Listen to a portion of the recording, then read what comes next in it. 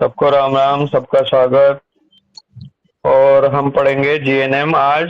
आज सैटरडे है, डेट हो गई है 2 अगस्त राम 2025। राम राम भाई। और जीएनएम में हमारा जो चैप्टर चल रहा है अभी, कौन सा चलेगा आज? बेसिकली ये hair, skin, hair and nails का लास्ट लास्ट पार्ट रह रहा है शायद। बिल्कुल लास्ट पार्ट रह रहा है। और हम पेज नंबर 284 पे हैं। और हमारा एसबीएस चलेगा, SBS of the lower layer of the epidermis. है जी, यही तो है बेटा प्रशांत। और दूसरा कोई बच्चा बताए। हाँ जी, यहाँ से स्टार्ट होगा। हाँ, SBS of the epidermis, dandruff, hair loss, ये सब हो गया था। पैची हेयर लॉस हो गया था। आज हमारा चलेगा SBS of the lower layer of the epidermis, epidermis की लोअर लेयर। जी ओके। और एपिडर्मिस के नीचे होती है डर्मिस। तो यानी कि डर्मिस के और एपिडर्मिस के बीच की जो लेयर है।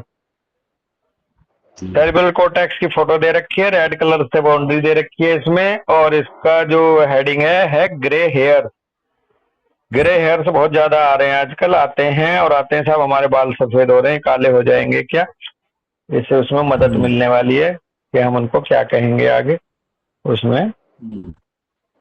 ग्रे हेयर्स को कह रहे हैं कि वैन पिगमेंट, ब्रैकेट में कह रहे हैं मिलेमाइन, मिलेनिन है ये, मिलेमाइन, मिलेनिन होना चाहिए था। चलो, ये मिलेमाइन कह रहे हैं। The pigment production lets up, the hair turns grey, this is probably a normal ageing process.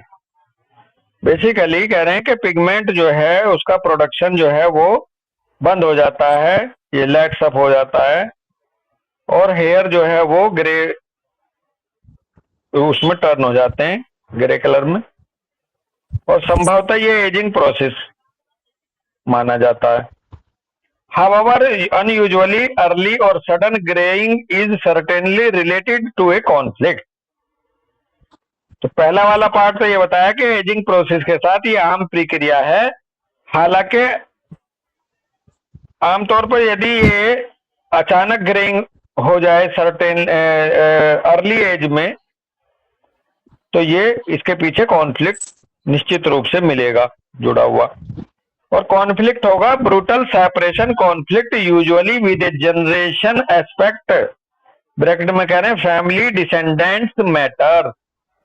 बहुत ही अच्छा एग्जांपल जुड़ा। अभी परसों शायद मैं अमित शर्मा भाई के साथ बात कर रहा था, एक केस को याद दिला रहा था।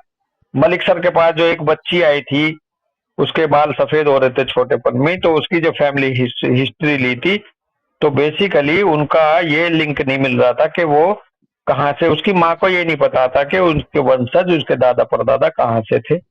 तो आइडेंटिटी कॉन्फ्लिक्ट था वो। वहां से अपनी लैंड से जो सेपरेट हो गए थे, वो जहां से आए थे, कहाँ जाके बसे, फिर वहां से दूसरी जगह जाके बसे थे, ऐसा कुछ मसला मिल रहा था। तो ब्रूटल सेपरेशन कॉन्फ्लिक्ट है इसके पीछे। और ये जनरेशन से जुड़ा है basically. Generation aspect of family से, मतलब जनरेशन एस्पेक्ट से ज्यादा मसला है इसका, जिसमें फैमिली और डिसेंडेंट मैटर, डिसेंडेंट मैटर का मतलब वही एक पीढ़ी से अगली पीढ़ी कहाँ रह रही है, कैसे रह रही है, उससे जुड़ा। तो ये अमित भाई, जितना ये रिफ्यूजी हैं, जो मान लो एक कंट्री से जो माइग्रेशन हो जाता है, जो लोग माइग्रेट कर जाते हैं और किसी बहुत ही बुरी परिस्थितियों में होते हैं, खास करके जो अपने मन से नहीं जा रहे हैं, जिनको मजबूरी में वहां से जाना पड़ रहा है डॉक्टर से, तो वो ब्रूटल सेपरेशन माना जाएगा। और अक्सर उन लोगों के जो होने वाले बच्चे हैं उनमें ये आगे बढ़ सकता है, grey, early grey of hairs को लेकर के। बस इसको इन्होंने इसका मतलब पूरा जैसे स्किन का विटिलिगो हो गया ना, हाँ म्यूचुअल सेपरेशन हाँ क्योंकि मिलेनिन पिगमेंट है, तो मिलेनिन पिगमेंट का मतलब वहीं से आ गया आइडेंटिटी और म्यूचुअल सेपरेशन से। हाँ हाँ। और देखो यहीं जुड़ जाएगा आपका वो भाव जो आप उस दिन कह रहे थे ना कि आइडेंटिटी, आइडेंटिटी हाँ जी। कंफ्यूजन, आइडेंटिटी खत्म हो गई ना। मान लो अगर हाँ आप जी। अपने जन्मभूमि से आप हट गए तो आपकी कोई आइडेंटिटी नहीं है। आपकी जन्मभूमि, आपकी मातृभूमि आपकी आइडेंटिटी है। और लोग आमतौर हाँ पे भी जी। कह देते हैं कि भाई पत्थर अपनी जगह भारी रहता है अमित। अगर पत्थर अपनी जगह से कहीं आ गया तो ठोकरे खाता है, फिर उसको कोई नहीं पहचानता।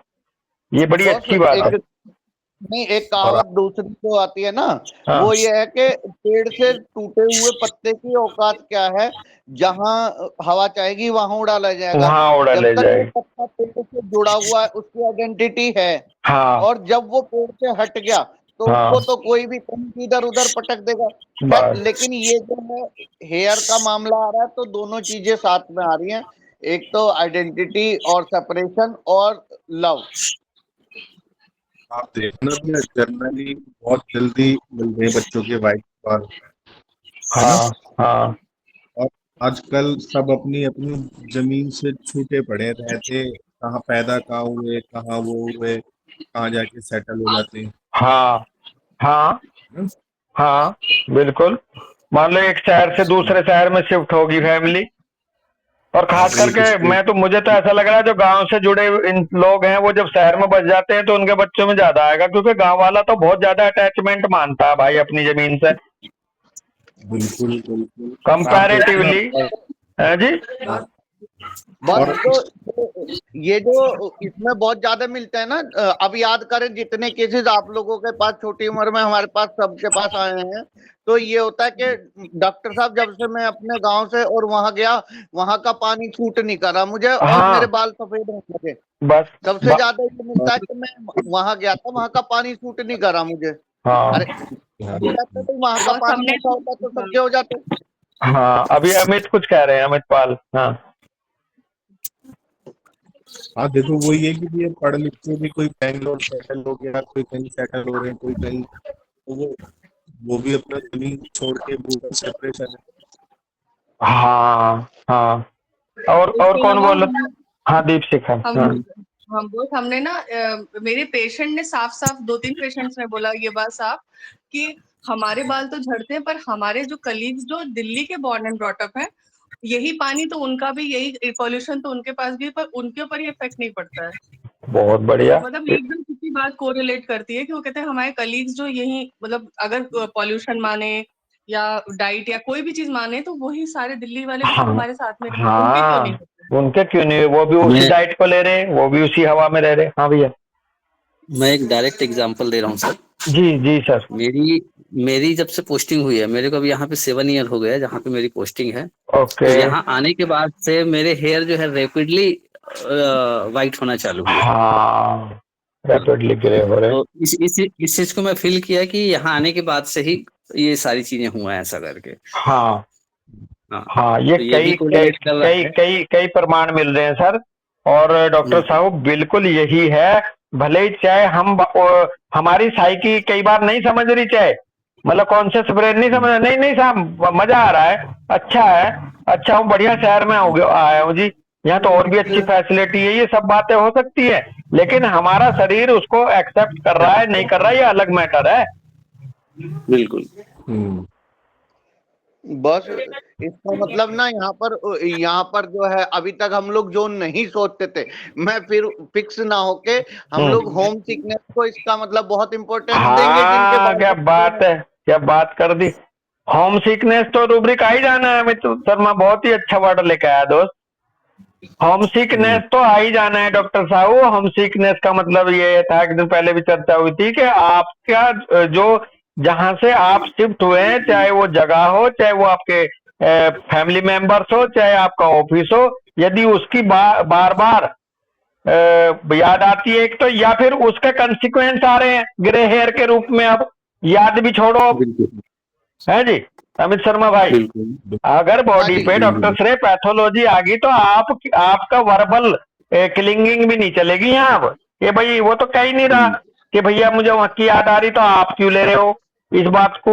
नहीं भाई, उसका शरीर कह रहा है, वो भले ही नहीं कह रहा, उसका शरीर कह रहा। तो बिल्कुल होम सिकनेस यहाँ जुड़ रही है भाई अमित, मुझे बिल्कुल अच्छा लग रहा है ये। बाकी और कोई अपना मत रखना चाहता वो बताए। बॉस मैं जैसे सिर्फ एक पूछना चाह रही हूँ, मत तो नहीं रखना चाह रही हूँ जी बॉस। जी बोलो। जी क्या करते हैं, जैसे ये कहते हैं कि हम लोग ना पूरे एकदम एंसेस्टर्स के लेवल पे किसी कॉन्फ्लिक्ट को देखने की कोशिश करते हैं, जैसे कि अभी आपने इस केस में एग्जाम्पल बताया, उस बच्चे की माँ ने बोला कि मुझे या तो नहीं पता कि कैसा क्या हुआ। तो मुझे बस इतना जानना है कि अगर जो पेशेंट इन पेशेंट का जस्ट जो अटेंडेंट है लाइक पेरेंट या पेरेंट से मान लो एक आप जनरेशन और पीछे का, उसको पता नहीं है कि क्या रहा है कॉन्फ्लिक्ट, या उसको उसके इमोशंस नहीं पता है, तो फिर हम लोग इसको कैसे फिर रूब्रिक पेशेंट के लिए क्या क्योंकि हमें रूब्रिक पेशेंट का इमोशन चाहिए होगा ना, पेशेंट को तो उससे कोई फर्क ही नहीं पड़ता। अब आप बोल रहे हैं जैसे साइकी के लेवल पे हम लोग होम सिकनेस कंसीडर करेंगे, तो फिर ये तो हम लोग डायरेक्ट भी कंसीडर कर सकते हैं ना बिना उस चीज को ट्रेस किए। हाँ तो मान लो देखो होम सिकनेस डायरेक्ट आप बिना पूछे किए कर सकते हो इस केस में अगर ग्रे हेयर्स वाला है। क्यों? क्योंकि ग्रे हेयर अपने आप में ही इस शरीर को उस जगह की याद आती है, उस जगह में ज्यादा सूदिंग रहता था, हेल्दी रहता था। जब ये वहां से हटा तो उसके बाद ग्रे हेयर हो गए। तो ये अपने आप में एक फिजिकल लैंग्वेज है, ना कि वर्बल लैंग्वेज है।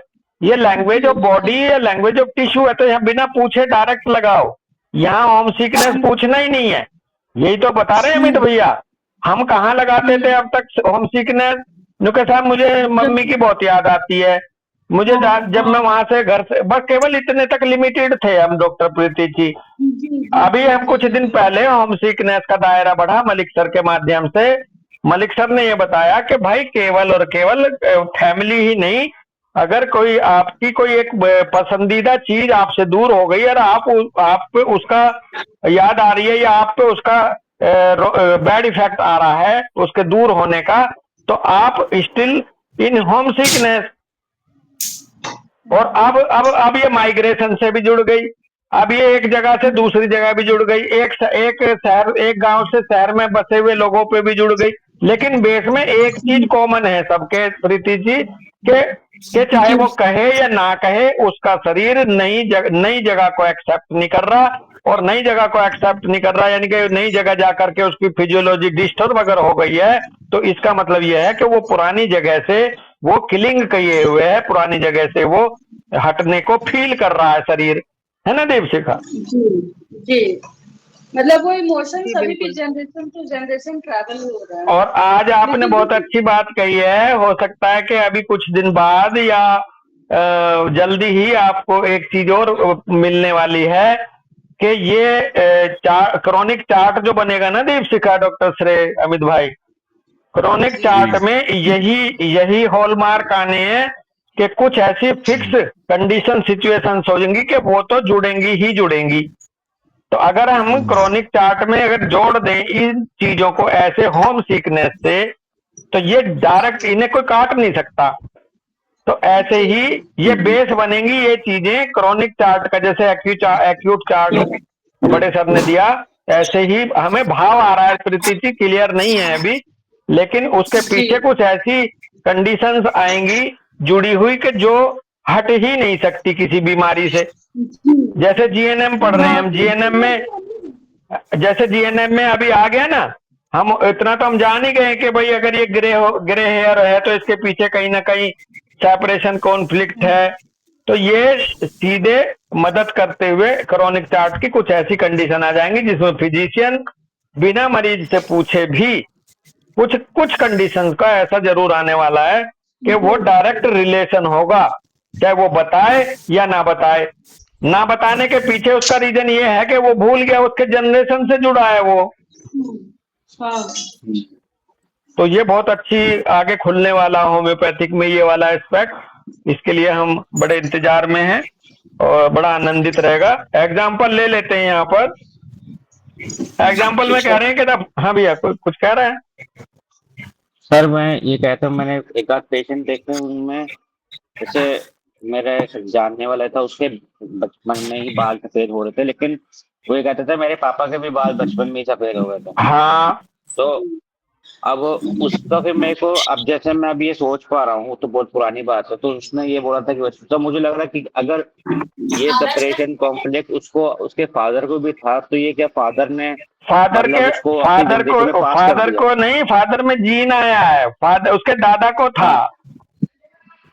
उसके फादर से भी एक पीढ़ी पीछे चले जाओ, वो जीन तो कैरी कर रहा है फादर के थ्रू बच्चे में, लेकिन फादर में भी तो आया वो म्यूटेटेड जीन आइडेंटिटी वाला। ऐसे तो ऐसे ही तो पकड़ के पीछे तक जाते हैं। तो अगर फादर के भी ग्रे हेयर थे डॉक्टर श्रे, तो फादर को भी कहीं ना कहीं मिला है वो सेपरेशन कॉन्फ्लिक्ट पीछे से। जी हाँ बॉस, मेरे पास ना इसी चीज का बहुत अच्छा एक एग्जांपल है। हम लोगों की एक फ्रेंड है, तो उसने उसको क्लास 5-6 से उसकी ग्रेइंग स्टार्ट हो गई थी। तो हाँ पता चलने पे ये हुआ था उसकी जो है पढ़ाई वगैरह के लिए उसको क्लास 5-6 से वो बाहर उसको पढ़ने के लिए निकलना पड़ा था। तो ये भी हुआ जब हम मतलब बाद में कि उसके पापा के भी हुए थे ऐसे ही बहुत जल्दी। तो उसके पापा को भी अपने गांव से पढ़ने के लिए भाग कहीं जाना और पड़ा से था। आना पड़ा। मतलब एक जगह से दूसरी जगह पापा आए और हाँ फिर दूसरी जगह से वो लड़की को पढ़ने के लिए कहीं और जाना पड़ा हाँ, बचपन तो में ही। ये इंडिविजुअल से रिलेटेड मिल गया, जेनेटिक लीनिएज से ना हो करके। ये अगर उसके दादा के नहीं होंगे, वो गांव रह रहे होंगे, अगर ये पापा को मिलता उसके पीछे नहीं है, तो ये भी एक एस्पेक्ट आता है जो डॉक्टर दीपशिखा आप कह रहे हो बिल्कुल, कि अरे जो इंडिविजुअल वहां से निकला, सेपरेट हुआ, उसके हो गए। अमित हाँ, बस इसमें एक और वो कर सकते हैं जो मेरी थॉट है, या आप लोगों ने भी देखा होगा। इसमें कई बार ऐसा भी हो सकता है, इंडिविजुअल पे अपने फैमिली लीनिएज में ना जाके, कई बार शायद जो लोग, ऐसा होता है ना कि जल्दी बड़ा होना है, कि कहते हैं ना ये बाल धूप में सफेद नहीं हाँ, करे, एक यानी एक एक ही लगे, तो बिल्कुल। क्लोन वाले भी इसमें जा सकते हैं, इसको भी सोच सकते हैं हम, हाँ, जो क्योंकि प्रिकॉशियस चाइल्ड है, बिल्कुल। हाँ, किसको क्या मिला, ये इसलिए मिला कि तू जल्दी से बड़ा हो जा ताकि तेरे को सब लोग बड़ा समझने लगे। हाँ हाँ, अच्छा बिल्कुल। ये देखो कई कई सारी एस्पेक्ट खुलती हैं। बहुत अच्छी बात अमित शर्मा ने कही कि जो बच्चा टाइम पासिस टू स्लोली में पड़ा है उसके भी हो सकते हैं।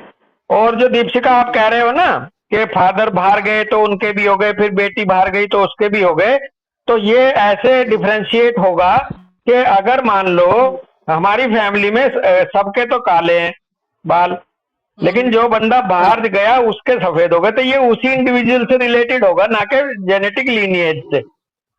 हाँ, और किसी के नहीं थे, बस उसके हाँ, पापा के और उसके थे। अगर फैमिली में कई मेंबर्स के मिल रहे हैं, वो बाहर नहीं भी गए, अपनी मातृभूमि से जुड़े हैं, घर तब भी हो रहे हैं, तो उसका मतलब पीछे से हो सकता है। ये थोड़ा सा क्लियर हो रही है बात। नहीं, बाकी उसकी फैमिली पूरी गांव में रहती थी, जो एंसेस्ट्रल गांव था वहीं पे थी। हाँ, सिर्फ पापा निकले तो उनका हुआ, और उसके बाद ये और निकली, तो ये और तो बस वही क्लास 5-6 में भी हो गया इसका। हाँ, मैं आपको बताऊं कि मेरी माँ के बाल, या अमित शर्मा को भी पता होगा, जितने भी हम लोग आपस में जुड़े हैं, हमारी बैकग्राउंड थोड़ी मातृभूमि से, गांव से है। तो हमारी माँ के 45-50 साल, 45 के बाद कोई एक आध बाल सफेद हुआ था। 45-50 में कॉमन था पहले डॉक्टर श्रे, बड़े बुजुर्गों का 50 साल के बाद ही कोई। हमारे पिताजी जब 45 के आसपास थे तब कोई एक दो बाल हमसे उखड़वाते थे, सिर का, नुके देख हाँ, सफेद हो गया। और आज जो है, आज टीनेज में हो जा रहा है। बस तो पहले पवन सर, गांवों में ये बीमारी नहीं मिलती थी पहले लोगों में। हाँ अमित भाई, बात ये हो गई ना, इसमें इन्होंने लिख लिया this is probably a normal ageing process. तो पहले वाला। जो एज आ रहा है, एज से आ रहा है तो नॉर्मल है। और हाँ, अगर एज से जल्दी आ रहा है तो इसका मतलब उसको ऐसा लग रहा है कि भाई बहुत टाइम हो, अब तो अपने से बड़ा दिखने लग, ऐसा भी हो सकता है। तो हाँ, इसको भी सोचो। इसके पीछे कॉन्फ्लिक्ट मिलेगा अगर एज के अकॉर्डिंग नहीं हो रही है, मतलब ये ग्रे। तो एग्जाम्पल ले हाँ लेते हैं और क्लियर होने वाला है। कह रहे हैं the 49-year-old single mother of 3 children has to go to the hospital for surgery. 49-year-old single mother है, 3 बच्चों की माँ, उसको हॉस्पिटल में जाना पड़ा सर्जरी के लिए। She promises her children she will call right after the surgery. वो अपने बच्चों को वादा करके गई थी कि सर्जरी होते ही मैं आपको कॉल करूंगी। When she wakes up from the anesthesia, she is in the intensive care unit. जब उसको होश आया एनेस्थीसिया से तो वो आईसीयू में थी। She asks the nurse what time it is. उस नर्स से पूछा समय क्या हुआ है। She is told that the surgery was the day before. तो उसने बताया नर्स ने कि एक दिन पहले हो गई है आपकी सर्जरी। तो is equal to brutal separation conflict from her children. अब देखो यहाँ चिल्ड्रन की जगह वो माँ चली गई, brutal separation conflict from her children में। Within 3 days she turns grey is equal to active age. 3 दिन के बाद ही उस महिला के बाल सफेद होने लगे। वो एक्टिव एज थी, इतनी इंटेंस लेवल की। अब हम जैसा कहते हैं इसकी सर्जरी हुई है इसलिए उसका साइड इफेक्ट आ गया दवाइयों का या किसी चीज का, जबकि उस महिला के ग्रे हेयर्स जो है 3 दिन में ही उसके बच्चों से दूर होने की वजह से एक्टिव फेज के दौरान हो गए। विद इन 3 days कह रहे हैं, देखो कितना लेवल का इंटेंस कॉन्फ्लिक्ट रहा होगा। नेक्स्ट एग्जांपल है, इंपॉर्टेंट भी लिखा है इस पे, पता नहीं क्यों। A 40-year-old woman who wants to have a child goes to her gynecologist for an examination. He tells her that she will never have children. Is equal to strong separation conflict with generation aspect. क्या बात है। 40-year-old woman है, वो एक बच्चा चाहती थी, लेकिन जब वो गायनेकोलॉजिस्ट के पास गई तो उसने एग्जामिन किया और उसने बोला गायनेकोलॉजिस्ट ने कि आपको कभी भी बच्चा नहीं होगा। इसी स्टेटमेंट से वो चली गई स्ट्रॉन्ग सेपरेशन कॉन्फ्लिक्ट में जनरेशन एस्पेक्ट को लेकर के। देखो दीपशिखा, बिल्कुल बिल्कुल। Overnight her hair turn snow white.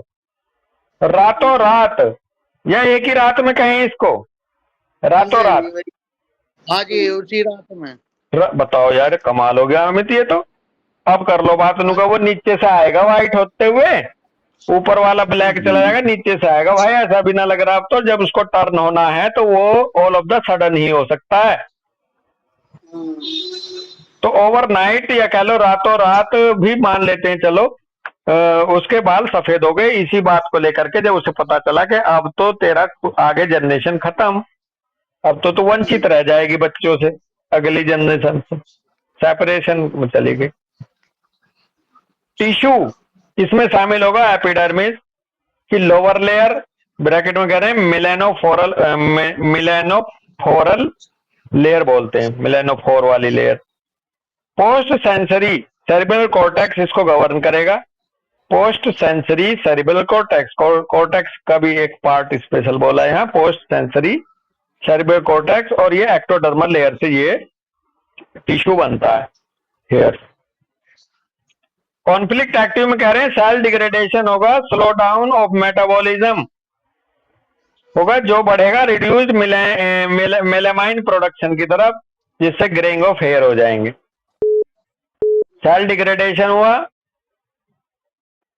और स्लो डाउन हुआ मेटाबॉलिज्म, जिसकी वजह से मेलामाइन प्रोडक्शन कम हो गया और ग्रे हो गए हेयर।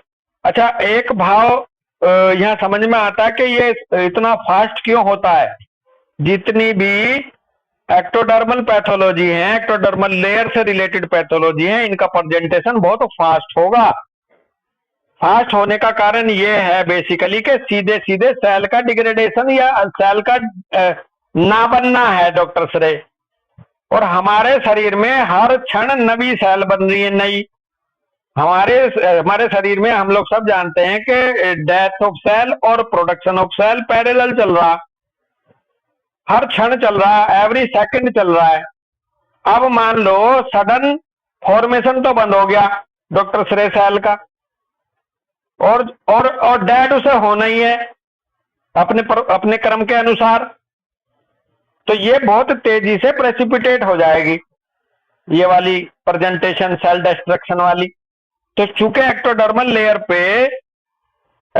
लेयर से बने हुए टिश्यू पे मैनिफेस्ट इसलिए बहुत तेजी से होगा क्योंकि उसमें सीधे अल्सरेशन की तरफ बढ़ेगा, सीधे सेल डिस्ट्रक्शन का प्रभाव कंपैरेटिव टू टिश्यू डिग्रेडेशन से ज्यादा नजर आएगा तुरंत, क्योंकि उधर सेल का फॉर्मेशन और सेल का डिस्ट्रक्शन प्रपोर्शन में होता है जनरली अगर हेल्दी बंदा है। लेकिन अगर बहुत तेजी से सेल का फॉर्मेशन बंद हो गया और वो प्रॉपर और अपने समय के हिसाब से या जैसे भी वो सेल डिस्ट्रॉय तो होएंगी, डेथ तो होएगी पुरानी सेल की या नई की भी हो गई, तो इसलिए मुझे लगा कि यहाँ जो एक्टोडर्मल लेयर की पैथोलॉजी है उन पे प्रेसिपिटेशन कॉन्फ्लिक्ट का जल्दी नजर आएगा। बायोलॉजिकल मीनिंग है increase in sensitivity after brutal separation, the missed one can be better sense. अब देखो यहां पर सेंसिटिविटी बढ़ाना मकसद है मिलेनिन को कम करके। आफ्टर ब्रूटल सेपरेशन होने के बाद, ताकि वो जो मिस्ड वन है जो उससे दूर हुआ है उसको बेटर तरीके से सेंस कर पाए, यानी कि हल्की सी भी उसकी कोई टच आ जाए, उसका कोई फील आ जाए तो मेरे से मिस ना हो, इसलिए मैं उसे बेटर तरीके से सेंस कर सकूं, इसलिए वो सारी परतें हटा देती है बीच में से। हाँ भैया,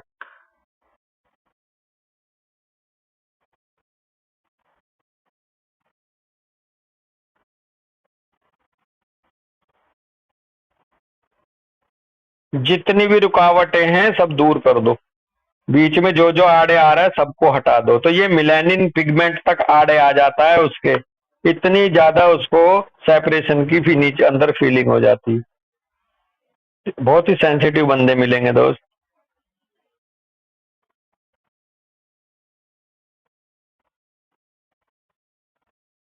जिस पार्ट से रिलेटेड हेयर गिरे हो रहे हैं उस लोकेशन को भी आप जज कर सकते हो, और नहीं तो वैसे तो हमारी दाढ़ी, हमारी मूछें और हमारी आईब्रो और हमारे स्कैल्प के हेयर अलग अलग प्रेजेंटेशन देंगे जो जो सेपरेशन से रिलेटेड।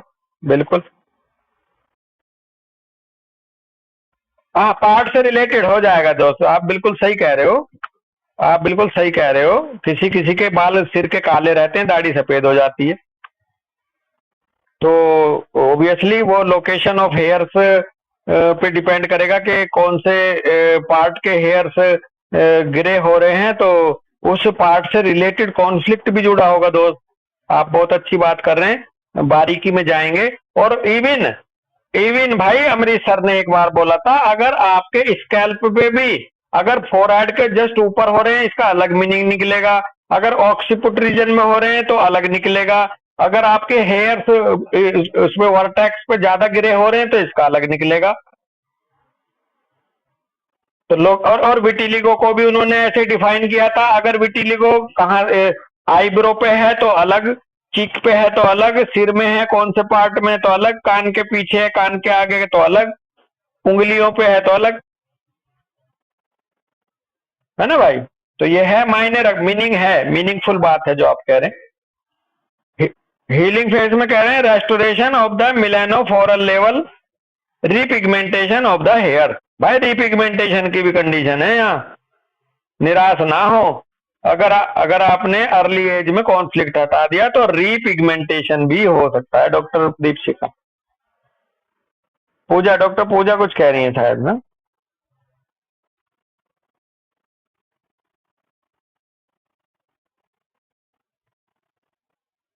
ऐसे देखेंगे बेटे, फोरहेड किसको रिप्रेजेंट करता है? फेस वैल्यू को। अगर जस्ट फोरहेड के ऊपर के जा रहे हैं तो इसमें बारीकी में जाने के लिए बहुत अच्छी बात मैं ये बताऊंगा कि पर्टिकुलर पार्ट पर्टिकुलर इमोशन को शो करता है। जैसे ऑक्सीपुट करता है दुलार को, वर्टेक्स करता है सपोर्ट को, सिर पे हाथ रखते हैं जब। आप ये देखना बच्चे को कैसे कैसे हम प्यार करते हैं, और कोई बंदा कहता है देख मैं भी हूं, तो वो अपने बाल आगे से ऊपर को करता है। समझ रहे बेटा डॉक्टर पूजा? है अमित? हाँ हाँ, तो टेम्पल का रिलेशन देखना होगा। टेम्पल किसको रिप्रेजेंट करता है बेटे? है, मतलब है, मैं यहाँ अभी तो मैं तो नहीं बताने की स्थिति हूँ, लेकिन टेम्पल का एक पर्टिकुलर, टेम्पल का इंटेलेक्ट से है। आप जब कंफ्यूज होते हो तो आप ये टेम्पल खुजाते हो कान के ऊपर, या उंगली रखते हो जब सोचते हो तो कहाँ रखते हो पूजा उंगली आप जनरली? बस ये इंटेलेक्ट से जुड़ा है। हाँ डॉक्टर साहू सर कुछ कह रहे हैं, अमित भाई अभी बताना आप क्या कह रहे हो। हाँ हाँ जी।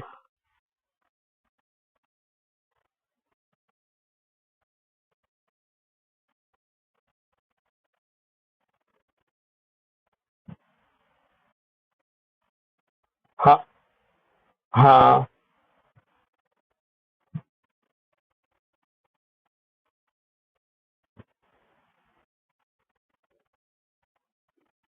हाँ, अनऑर्डरली होते हैं।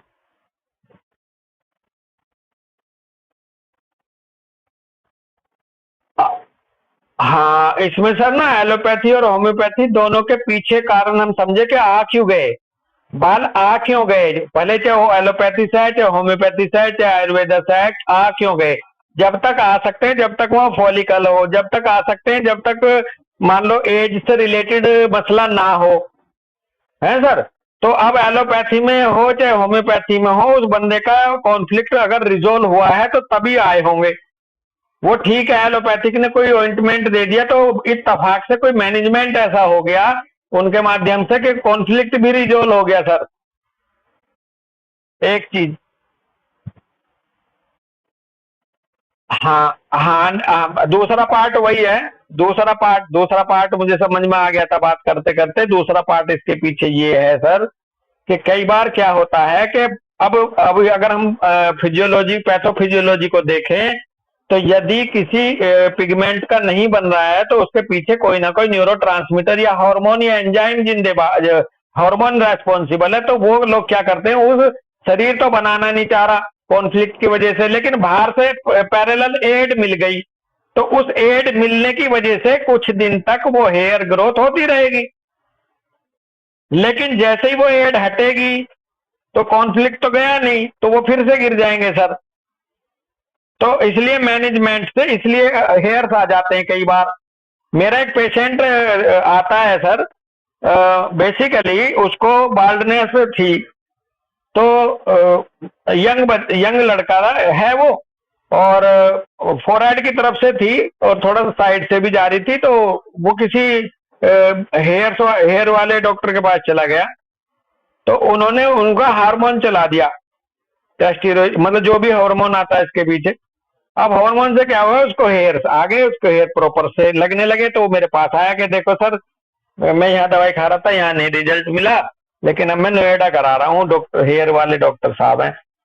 मैंने कहा चल ठीक है कोई बात नहीं, मैंने कहा तू देख ले, ज्यादा दिन मत खाना, लेकिन ज्यादा दिन खाएगा तो तुझे दूसरी दिक्कतें भी हो जाएंगी। जनरली थायराइड हो जाता है ऐसे लड़कों को फिर, या बंदों को, जनरली तो हार्मोन इम्बैलेंस हो जाता है ना सर, इसलिए दूसरे हार्मोन्स डिस्टर्ब हो जाते हैं उसकी वजह से। अब हुआ क्या कि उसने 4-6 महीने खाए दवा, हेयर्स आ गए। तो अब मैं देख रहा हूं कि उसको मैं थायराइड इसलिए बोला कि एक तो बाद में उसे हाइपोथायराइडिज्म हो गया, और दूसरा यह है कि बाल पहले जैसे भी नहीं रहे जब दवाई छोड़ी।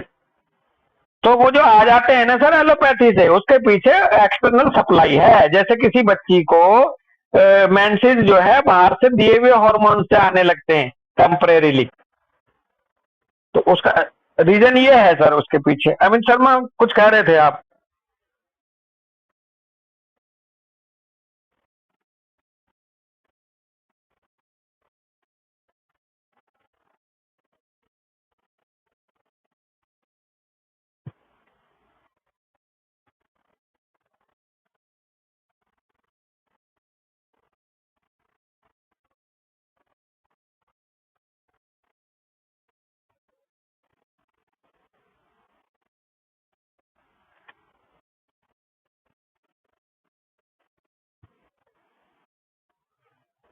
और मजे की बात तो ये है अमित शर्मा, मान लो मैं किसी वजह से अपने घर को नहीं बनाना चाहता, मेरे घर की दीवारें टूटने लगी जिसमें मैं नहीं रहना चाह रहा, या जो जो मेरा कॉन्फ्लिक्ट है।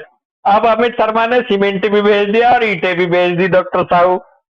तो अब मैं उन्हें लगाऊंगा तो सही, लेकिन प्रॉपर थोड़े ही लगाऊंगा दीवारों पे। मैंने कहीं अलग ऊंची खड़ी कर दी, कहीं दूसरी जगह छुआ भी नहीं। तो इस यहां भी इस बात का इशारा आ रहा है कि वो विलिंगली ठीक नहीं हो रहा पेशेंट। अगर वो अकॉर्डिंग टू हिज विल सही हो रहा था, कॉन्फ्लिक्ट रिजोल्व होके का हो रहा होता है, तो एक प्रॉपर तरीके से मेंटेनेंस होती। जैसे मान लो अगर मैं मेरा कॉन्फ्लिक्ट रिजोल्व अगर हो जाएगा सर, तो फिर मैं अपने उस घर को प्रॉपर तरीके से क्रम से संवारूंगा ना सर, क्रमवार। तो वो जो जिगजैग वे में जो इम्प्रूवमेंट आता है, इसका मतलब वहां अंदर ऑर्गेनिज्म तो एक्सेप्टेंस में नहीं है, और आप फोर्सफुल तरीके से उसको उसके कहते हैं ना शरीर में उसको घुसा रहे हो जो नहीं चाह रहा। तो ये तो कई चीजें खोलती हैं। तो इससे ये भी पता चलता है कि अगर इस तरह का इम्प्रूवमेंट एलोपैथिक दवाइयों से या किसी केमिकल या किसी एड से आ रहा है, तो वो हैरिंग्स लॉ के अनुसार या ग्रोथ एक्सिस के अनुसार नहीं है। ग्रेडियंट जो होते हैं अपने न्यूट्रिशनल ग्रेडियंट के अकॉर्डिंग नहीं है ना सर। तो इधर ये था restoration of the melanophore level, repigmentation of the hair, therapy में कह रहे हैं डिटरमाइन द कॉन्फ्लिक्ट एंड और tracks and if possible resolve them in real life if still active. यदि कॉन्फ्लिक्ट एक्टिव है तो भाई उसे तो रिजोल्व जरूर करो, और रिजोल्व हमारी तो रेमेडी ही कर देगी। और बाकी वो कह रहे हैं कि साहब समझा के दूर कर दो, वो अलग बात है। रेमेडीज फॉर द स्किन है, पहले बहुत जिक्र आता रहा, 25 में है ये। रेमेडीज ऑफ द स्किन में कह रहे हैं कि natural stimulants like light, bracket में कह रहे हैं सन बाथिंग इन मॉडरेशन, ब्रैकेट से बाहर कह रहे हैं फिर वाटर रेन विंड। इनमें नेचुरल स्टिमुलेंट लीजिए, आप लाइट लीजिए, वाटर लीजिए, रेन के संपर्क में रहिए, विंड के संपर्क में रहिए, ताजी हवा खाओ, और vitamin B complex in yeast product वो लीजिए आप, vitamin E and A in cold pressed vegetable oil, specially flax seed oil, अलसी का तेल, फ्लैक्स सीड भी आते हैं उनके भी, वो बहुत अच्छा काम करते हैं। Cod liver oil, colloidal gold, शैशे, एल्कलाइन डाइट लो, हरी सब्जियां, रेशेदार खाना, रेशेदार फल। पे अटेंशन टू एलिमिनेशन, आपकी पेट सफाई ठीक से रहे, आपके एक्सक्रीशन सही से रहे, पानी पियो, पेशाब ढंग से आए, पसीना ठीक आए, फिजिकल एक्सरसाइज करो, और पेट आपका सही रहे, कोलन का ज्यादातर ध्यान दे रहे हैं ये एलिमिनेशन में भी, एंड सर्कुलेशन अच्छा रहे आपका, ताकि प्रॉपर टिश्यू तक, हेयर तक न्यूट्रिशन जाए ब्लड सप्लाई से। जिम्नास्टिक करो उसके लिए। ईट 2 आलमंड्स ए डे, 2 बादाम डेली खाओ, शाम को भिगो, सुबह को छिलका उतार के खाओ। मसाज करो, रबिंग करो with olive oil, olive oil soap use कर सकते हैं फॉर क्लींजिंग। लेवेलाइट्स ऑरिकम स्प्रे कुछ है ये वो बताया। T for the skin, bracket में करें इंटरनली और एक्सटर्नली, बरबेरी बिर्च लीव्स की चाय, ब्लैकबेरी लीव्स की चाय, सेज, मुलीन, कैमोमाइल, स्पीडवेल, शिकोरी, ये सब मदद करते हैं स्किन में। Bath and rubbing with effective micro organisms, बात करो और रबिंग करो इफेक्टिव माइक्रो ऑर्गेनिजम्स को।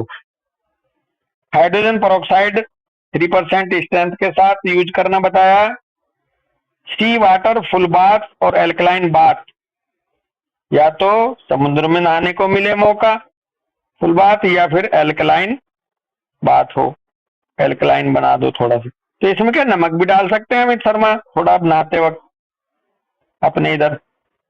अच्छा ओके, लेकिन सी वाटर फुल बाथ या एल्कलाइन वही नमकीन होता है वहां, इसलिए। Natural borax, possibly petroleum internally और एक्सटर्नली। हिल्डगार्ड और बेंजन को कह रहे हैं थाइम, क्वींस, रेड बीट्स इसके अंतर्गत आते हैं। Black salve, great remedy for immediate removal of skin tumour with active cell division process. Bracket में कह रहे हैं मैलिग्नेंट इंस्टेड ऑफ सर्जरी। ये ब्लैक साल, साल का मतलब होता है मरहम, तो काला मरहम आती है, वो बहुत तेजी से किसी भी ट्यूमर को पका करके उसको बहा देता है। With active cell division process, नहीं, great remedy for immediate removal of skin tumour with active cell division process instead of surgery. तो एक्टिव सेल डिवीजन प्रोसेस करके कैसे से तो डिग्रेडेशन करना चाहिए था अमित शर्मा उस ट्यूमर को निकालने के लिए, तो लेकिन कह रहे हैं कि विद एक्टिव सेल है, एक्टिव सेल डिवीजन कह रहे हैं, ये बेसिकली एक्टिव सेल डिवीजन कह दिया इन्होंने, डिग्रेडेशन नहीं कहा। डिग्रेडेशन को कहां बढ़ा रहा है ये?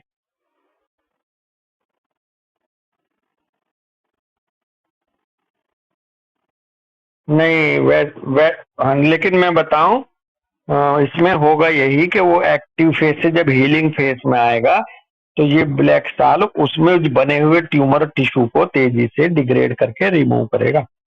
जो इसमें भाव ऐसा आ रहा, जो जो एक्टिव सेल डिवीजन के दौरान जो ट्यूमर बन गया था उसको रिमूव करेगा, ऐसा भाव आ रहा है ये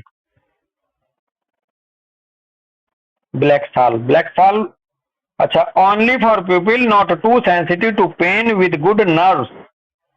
ऑर्डर ऑर्डर पे मंगाया जा सकता है, www.surnamest.eu करके है।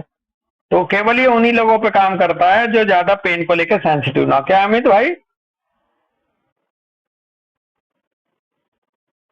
अरे वही है भाई, ये काला मल्लम ही है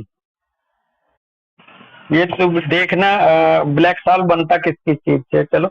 लेकिन काला मल्लम आता था, लाल तेल तो मैंने सुना है, लाल तेल की मालिश की। हाँ नहीं, बिल्कुल काले मल्लम की। अच्छा, ये बेलाडोना प्लास्टर भी यही है भाई। बेलाडोना प्लास्टर में नीचे की साइड में काला मल्लम लगा रहता है यार, तो सही कह रहा है अमित।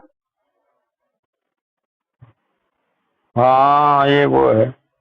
आगे कह रहे हैं फॉर इन्फ्लामेशन, अगर इन्फ्लामेशन है तो chamomile, healing earth clay, acetic acid oblique healing earth compresses, cooked potato compresses, उबला हुआ आलू का कंप्रेशन इन्फ्लामेशन में, Schuessler salt number 1311, miracle mineral supplement भी लिया जा सकता है यहाँ।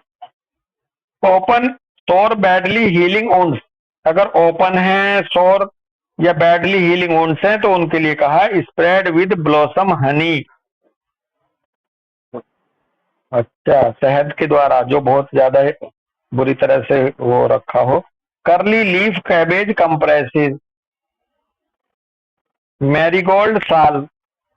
मैरीगोल्ड साल अभी मेरे एक पेशेंट को बताया अमित शर्मा, उसको उसको सिफिलिटिक अल्सर है उसके पेनाइल, उस पे ऑर्गन पे। तो किसी ने कहा साहब मेरे को, मैं वैद्य के पास गया था, उसने कहा कि गेंदे के फूल ले लेना और उनकी वो बना के चटनी सी उनका लेप करियो। तो मैरीगोल्ड, ये कैलेंडुला वाला जो साल है, ये भी स्किन के ग्रेनुलेशन में मदद करता है, घाव भरने में। इसलिए उन्होंने कहा अगर ओपन सोर हो या बैडली हीलिंग वुंड हो। कैम्फेरे साल और प्रोपोलिस साल, ये सब मर्रम है भाई। कैम्फेरे भी देख लेंगे, अपने आसपास ही निकलेगा कुछ ना कुछ स्किन के। हाँ भैया।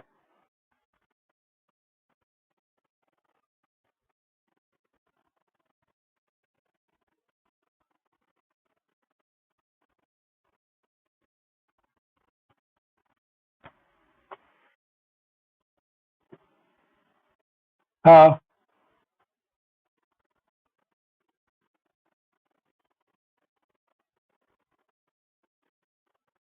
हाँ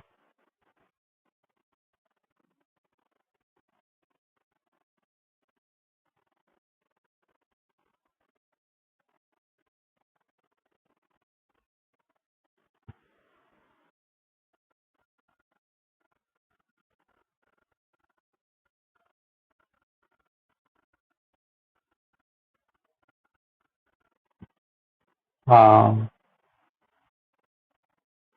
जी।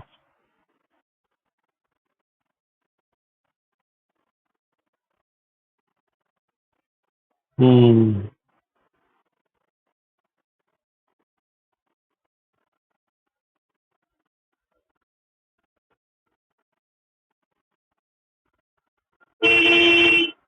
भाई इसमें मुझे डाउट है, अगर इंडिकेटेड नहीं होगा तो पक्का निशान छोड़ेगा दोस्त।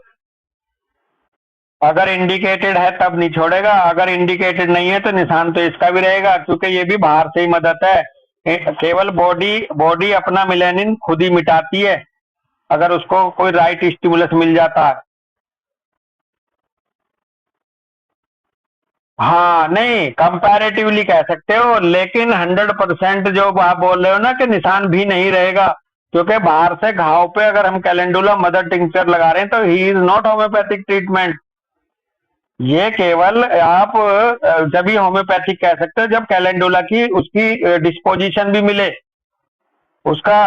हाँ, तो इसलिए होम्योपैथिक जो मेडिसिन हैं या मदर टिंचर हैं, इन्हें यूज करते हुए भी हमें इस बात का तो ध्यान रखना। आपको पता है, बस मैं अपनी पॉइंट रख रहा हूँ, बस यहाँ पता है, मैं ये नहीं कह रहा हूँ आप इसको गलत कह रहे हैं, लेकिन इंडिकेटेड रेमेडी ही काम करती है तो जहां निशान तक नहीं छोड़ेगी।